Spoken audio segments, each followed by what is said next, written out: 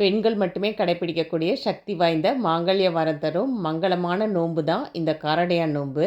இந்த நோன்பு பற்றின இன்ட்ரெஸ்டிங் ஃபேக்ட்ஸும் இந்த நோன்புக்கு செய்யக்கூடிய அடை ரெசிபியும் தான் இந்த வீடியோவில் நம்ம டீட்டெயிலாக பார்க்க போகிறோம். இதுக்கு பின்னாடி இருக்கிற ஒரு பெரிய ஸ்டோரியை நம்ம எல்லாரும் கொஞ்சம் ஷார்ட்டாகவே தெரிஞ்சுக்கலாம். சாவித்ரி யமதர்ம ராஜா கிட்டேருந்து தன் கணவனின் உயிரை மீட்டெடுத்த நாள், அதாவது மாசி மாதம் கடைசி தேதி பங்குனி முதல் தேதி சேரக்கூடிய இந்த நாளில் கணவன்மார்கள் நோய் நொடியின்றி ஆரோக்கியத்துடனும் நீண்ட ஆயுளோடும் இருக்க அம்பாளை வேண்டி பெண்கள் மேற்கொள்ளும் மிக முக்கியமான நோன்பு தான் இந்த காரடையான் நோன்பு. இந்த நோன்பு சாவித்திரி விரதம், கௌரி விரதம், காமாட்சி நோன்புன்னு பலவிதமாக சொல்லுவாங்க. இந்த நோன்புக்கு செய்யக்கூடிய அடைய அரிசி மாவோட வெல்லம் கலந்து காராமணி சேர்த்து செய்யணும். இதுக்கு 2 விதமான அடை செய்யணும். ஒன்று வெள்ளை அடை, இன்னொன்று உப்பு அடை. வெல்லம் சேர்த்து பண்ணுற அடைக்கு 1 கப் பச்சரிசி மாவு எடுத்து அதை முதல்ல வாணலில் வறுத்து எடுத்துக்கலாம். நம்ம கோலம் போடுற பக்குவத்துக்கு இந்த மாவை நம்ம வறுத்து எடுக்கணும். நான் வறுத்த பிறகு உங்களுக்கு காமிக்கிறேன். நல்லா வறுத்துக்கோங்க, சிம்மிலேயே வச்சு வறுத்து எடுத்துக்கோங்க. காரடையான் நோம்புன்னு ஏன் பேர் வந்ததுங்கிறதுக்கு 2 காரணம் இருக்குது. ஃபஸ்ட்டு ரீசன் தெரிஞ்சுக்கலாம்.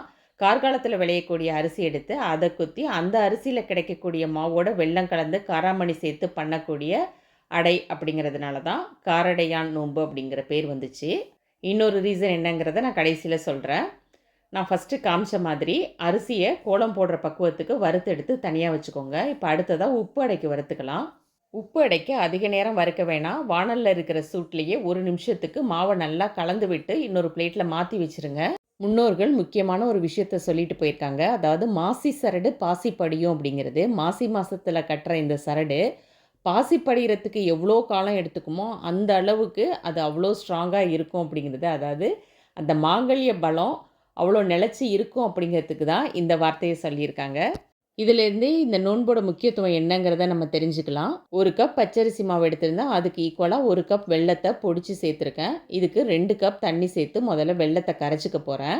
வெல்லம் கரைஞ்சி வடிகட்டி சேர்த்த பிறகு 1/2 கப் தண்ணி திரும்பவும் சேர்க்கணும். அதாவது நம்ம 1 கப் அரிசி மாவு எடுத்தோன்னா மொத்தமாக 2.5 கப் தண்ணி தேவைப்படும். வெள்ளை அடை, உப்பு அடை 2க்குமே நீங்கள் 1 கப் அரிசி மாவுக்கு 2.5 கப் தண்ணி கணக்குக்கு வச்சுக்கோங்க, சரியாக இருக்கும். வெல்லம் இப்போ கரைஞ்சி வந்திருக்கு. இதை வடிகட்டி திரும்பவும் கடாயில் சேர்த்துக்கலாம். வெல்லம் கரையிறதுக்கு 2 கப் தண்ணி சேர்த்துருந்தோம். இப்போ வெல்லத்தை நல்லா வடிகட்டி எடுத்ததுக்கு பிறகு கூட 1/2 கப் தண்ணி சேர்த்து இதை கொதிக்க விடலாம். வெல்லம் நல்லா கொதித்த பிறகு இதில் தேங்காய் சேர்த்துக்கலாம். தேங்காய் கொஞ்சமாக துருவியும் வச்சுருக்கேன், சின்ன சின்னதாக கீரியும் வச்சுருக்கேன். உங்கள் விருப்பம்தான். நீங்கள் கீரியும் சேர்த்துக்கலாம், இல்லை துருவியும் சேர்த்துக்கலாம். நான் வெள்ளை அடைக்கு தேங்காவை சின்ன சின்னதாக கட் பண்ணி சேர்த்துருக்கேன். அதே போல் உப்பு அடைக்கு துருவின தேங்காய் சேர்த்துக்க போகிறேன். அடுத்ததாக இதில் வேக வச்ச காராமணி பயிர் சேர்த்துக்கணும். காராமணியை நீங்கள் ஊற வச்சுருந்தீங்கன்னா கடாயில் கொஞ்சமாக உப்பு சேர்த்து வேக வச்சுருங்க, சீக்கிரமாகவே வெந்துடும். நீங்கள் சப்போஸ் வேக வைக்க மறந்துட்டிங்கன்னா வெறுவானலில் லேசாக வறுத்துக்கோங்க. வறுத்துட்டு நீங்கள் குக்கரில் சேர்த்து 1 அல்லது 2 விசில் மட்டும் வச்சா போதும். அதிகமான விசில் வச்சிடாதீங்க, ரொம்ப குழைவாயிடும். 4 டேபிள் ஸ்பூன் காராமணி சேர்த்துக்கிறேன். இது 1/4 கப் இருக்கும். அதிகமாகவோ குறைவாகவோ உங்கள் விருப்பத்துக்கு தகுந்த மாதிரி காராமணியை சேர்த்துக்கோங்க. அடுத்ததாக இதில் ஒரு 1/2 டீஸ்பூன் மட்டும் ஏலக்காய் தூள் சேர்த்துக்கிறேன். ஏலக்காய் தூளும் உங்கள் விருப்பம்தான். ஏலக்காய் தூள் சேர்க்கும்போது நல்லா வாசனையாக இருக்கும். ஒரு சிலர் சேர்க்க மாட்டாங்க. எக்ஸ்ட்ராவாக நீங்கள் உப்பு எதுவும் சேர்க்க வேணாம். நம்ம காராமணி பயிர் கொஞ்சமாக உப்பு சேர்த்து தான் வேக வச்சுருக்கோம். அதனால் இதில் நான் உப்பு சேர்த்துக்கல. வறுத்து வச்ச அரிசி மாவை வெள்ளை கரைசலோடு சேர்த்து நல்லா கட்டிப்படாமல் கலந்துக்கோங்க. இந்த வருஷம்தான் முதல் முறையாக நோன்பு எடுக்க போகிறீங்கன்னா கூட நீங்கள் பயப்படாமல் இதை செய்யலாம். 1 கப் அரிசி மாவுக்கு சரியாக 2.5 கப் தண்ணி சேர்த்து செய்யுங்க, கரெக்டாக வரும். ஸ்டவ்வை லோ ஃப்ளேம்லேயே வச்சு நல்லா கலந்துக்கோங்க. நல்ல டார்க் கலர் வெல்லமாக இருந்தால் சேர்த்துக்கோங்க. அடை பார்க்குறதுக்கு நல்லா கலர்ஃபுல்லாக இருக்கும். என்கிட்ட லைட் கலர் வெல்லம் தான் இருந்ததுனால நான் அதையே சேர்த்து செஞ்சிட்டேன். ஈவனாக மிக்ஸ் ஆகி வந்திருக்கு பாருங்கள். இது கூட 2 ஸ்பூன் நெய் சேர்த்து மிக்ஸ் பண்ணிக்கோங்க. நெய் சேர்க்கும் போது மாவு நல்லா வாசனையாகவும் இருக்கும், அடை தட்டுறதுக்கும் உங்களுக்கு கரெக்டாக வரும். நல்லா மிக்ஸ் பண்ணி விட்ட பிறகு மாவை மூடி போட்டு வச்சுடுங்க. அது 1 நிமிஷத்துக்கு அப்படியே இருக்கட்டும். அதுக்கு பிறகு நம்ம எடுத்து ஆற விட்டு அதுக்கு பிறகு தான் அடை தட்ட முடியும். கல்யாணம் ஆனவங்க மட்டும் இல்லை, கல்யாணமாகாத கன்னி பெண்கள் கூட இந்த விரதத்தை எடுத்துக்கலாம்.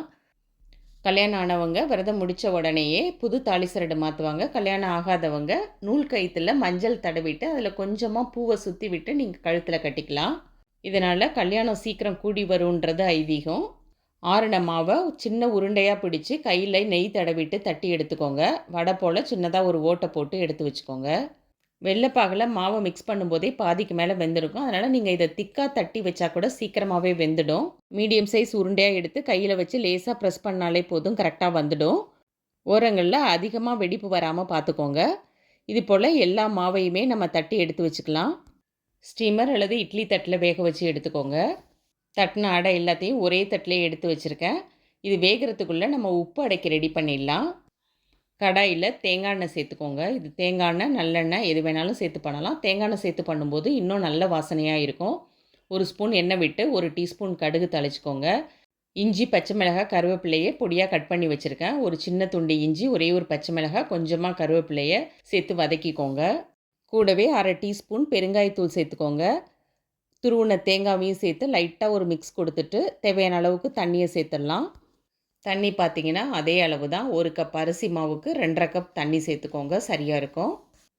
தண்ணி சேர்த்து நல்லா கொதி வரும்போது நம்ம வேக வச்ச காராமணியை இதில் சேர்க்கணும்.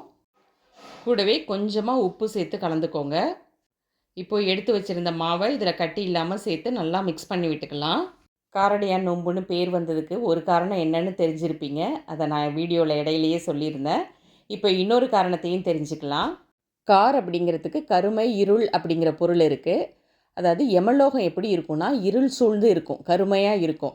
அந்த இருள் சூழ்ந்த இடத்த அடையாதவன் அப்படிங்கிறது தான் இந்த காரடையான் அப்படிங்கிறதுக்கு பொருள். அதாவது நம்ம காரடையான் நோன்பு எடுக்கும்போது அந்த யமலோகத்தை நம்மளோட கணவன்கள் அடையவே கூடாது அப்படிங்கிறத நம்ம மனசில் வச்சுக்கிட்டு இந்த நோன்பை எடுக்கிறோம். அப்படிங்கிறதுனால தான் இந்த நோன்புக்கு காரடையான் நோன்புங்கிற பேர் வந்துச்சு. எந்த ஒரு செயலையும் முழு ஈடுபாட்டோடு பண்ணும்போது நிச்சயமாக அதுக்கான பலன் இருக்கும். அதுபோல தான் நம்ம விரதம் எடுத்துக்கிறதும். நோன்பு எடுக்கிற பழக்கம் இருக்கிறவங்க இதை தொடர்ந்து செய்யுங்க. புதுசாக நோன்பு எடுக்கணும்னு நினைக்கிறவங்க ஏற்கனவே செய்கிறவங்க கிட்ட எப்படி பண்ணணும்னு கேட்டு தெரிஞ்சு செய்யலாம். மாவை நல்லா மிக்ஸ் பண்ண பிறகு 2 ஸ்பூன் தேங்காய் எண்ணெய் விட்டு நல்லா கலந்து வச்சுக்கோங்க. அதுவும் நல்லா ஆறட்டும். இப்போது வெள்ளை அடை நல்லா வெந்து வந்திருக்கு. இதை அப்படியே தனியாக எடுத்து வச்சுருங்க. நல்லா ஆறின பிறகு தான் நம்ம இதை எடுக்கணும். வெள்ளடை தட்டின மாதிரியே உப்பு அடைக்கும் கையில் எண்ணெய் தடவிக்கோங்க. உருண்டையாக உருட்டி கையில் ஒரு ப்ரெஸ் கொடுத்துட்டு நடுவில் ஓட்டை போட்டுக்கோங்க. இதே போல் எல்லா மாவையும் அடையாக தட்டி எடுத்து வச்சு வேக வச்சு எடுத்துக்கலாம். சரஸ்வதி தேவியோட அருளால் பிறந்த சாவித்திரி அதே சரஸ்வதி தேவியோட அழகோடையும் அறிவோடையும் இருந்து யமதர்மன்கிட்டேயே சாதுரியமாக பேசி தன்னோட கணவனோட உயிரை மீட்டெடுத்தாங்க. அதே போல் நம்மளோட குறிக்கோளும் பக்தியும் உண்மையாக இருந்தால் நம்மளோட வேண்டுதல் எல்லாமே நிச்சயமாக நிறைவேறும். நோன்பு எடுக்கிறவங்க அம்பாளுக்கு முன்னாடி வைக்க வேண்டிய ஒரே வேண்டுதல் இதுதான். உருகாத வெண்ணையும் ஓரடையும் நான் தருவேன், ஒரு காலும் என் கணவர் என்னை பிரியாதிருக்க வேண்டும். இதை மனமுருகி சொல்லி காரடையான் நோன்பை எல்லாரும் சிறப்பாக கொண்டாடுங்க. எல்லாருக்கும் வாழ்த்துக்கள்.